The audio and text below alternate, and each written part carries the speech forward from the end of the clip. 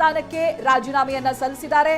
ಪದತ್ಯಾಗವನ್ನ ಮಾಡಿದ್ದೇನೆ ಅಂತ ಸಿದ್ದರಾಮಯ್ಯನವರು ಘೋಷಣೆ ಕೂಡ ಮಾಡಿದ್ದಾರೆ.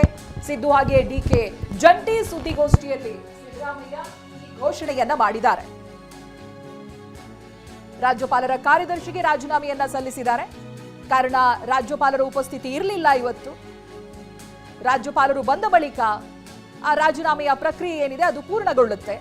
ಕಾರ್ಯದರ್ಶಿಗಳು ಜಸ್ಟ್ ಆ ಪತ್ರವನ್ನ ರಿಸೀವ್ ಮಾಡಿದ್ದಾರೆ ಅಷ್ಟೇ.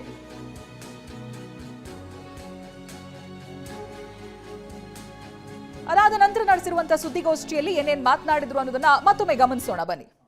ನಾನು ಮುಖ್ಯಮಂತ್ರಿ ಸ್ಥಾನಕ್ಕೆ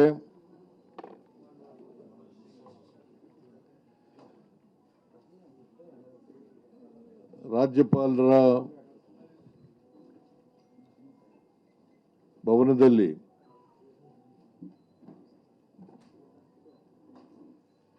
ರಾಜೀನಾಮೆಯನ್ನು ಸಲ್ಲಿಸಿದ್ದೇನೆ.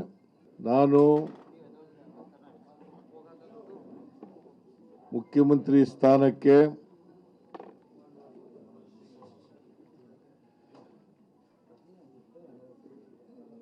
ರಾಜ್ಯಪಾಲರ ಭವನದಲ್ಲಿ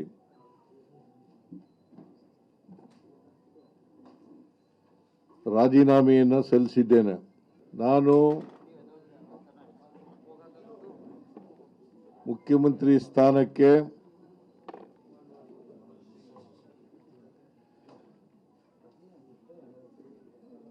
ರಾಜ್ಯಪಾಲರ ಭವನದಲ್ಲಿ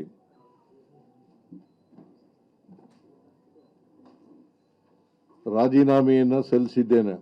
ನಾನು ನೋಡಿ, ಇವತ್ತಿನ ಸುದ್ದಿಗೋಷ್ಠಿಯಲ್ಲಿ ಅವರು ಮಾತನಾಡಿರುವಂತಹ ಕೆಲ ಹೈಲೈಟ್ಸ್ ಗಳನ್ನ ನಾವು ತೋರಿಸ್ತಾ ಇದ್ವಿ. ಒಂದು, ರಾಷ್ಟ್ರ ರಾಜಕಾರಣದಲ್ಲಿ ಯಾವುದೇ ರೀತಿಯಾದಂತಹ ಆಸಕ್ತಿ ಇಲ್ಲ ಅಂತ ಹೇಳಿರೋದು. ಆ ರೀತಿಯಾದಂತಹ ಪ್ರಸ್ತಾಪವನ್ನ ಹೈಕಮಾಂಡ್ ಮಾಡಿತ್ತು ಅನ್ನೋದು ಕೂಡ ಸಿದ್ದರಾಮಯ್ಯನವರ ಈ ಮಾತುಗಳಿಂದ ಸ್ಪಷ್ಟ ಆಗುತ್ತೆ. ಅಂತ ಹೇಳಿದ್ರೆ ರಾಜ್ಯಸಭೆಗೆ ಬನ್ನಿ ಅನ್ನುವಂತ ಒಂದು ಆಫರ್ ಅನ್ನ ಹೈಕಮಾಂಡ್ ಇಟ್ಟಿದ್ರು ಅಂತ ಸಿದ್ದರಾಮಯ್ಯನವರ ಮುಂದೆ. ಬಟ್ ಅವರಿಗೆ ಆಕ್ಟಿವ್ ಪಾಲಿಟಿಕ್ಸ್ ನಲ್ಲಿ ರಾಜ್ಯದಲ್ಲೇ ಇರೋದಕ್ಕಿಷ್ಟ. ಆ ಮಾತನ್ನ ಬಹಳ ಸ್ಪಷ್ಟವಾಗಿ ಇವತ್ತಿನ ಸುದ್ದಿಗೋಷ್ಠಿಯಲ್ಲಿ ಹೇಳ್ತಾರೆ.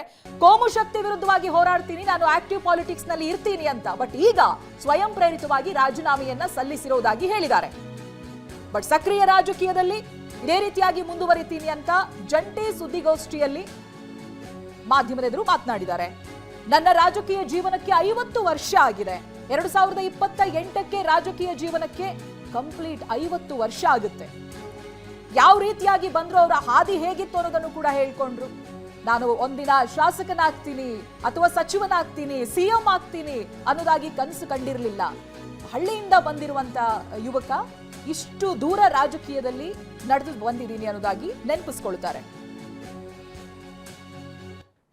ನಾನು ಈಗಾಗಲೇ ಹೇಳಿದ್ದೀನಿ,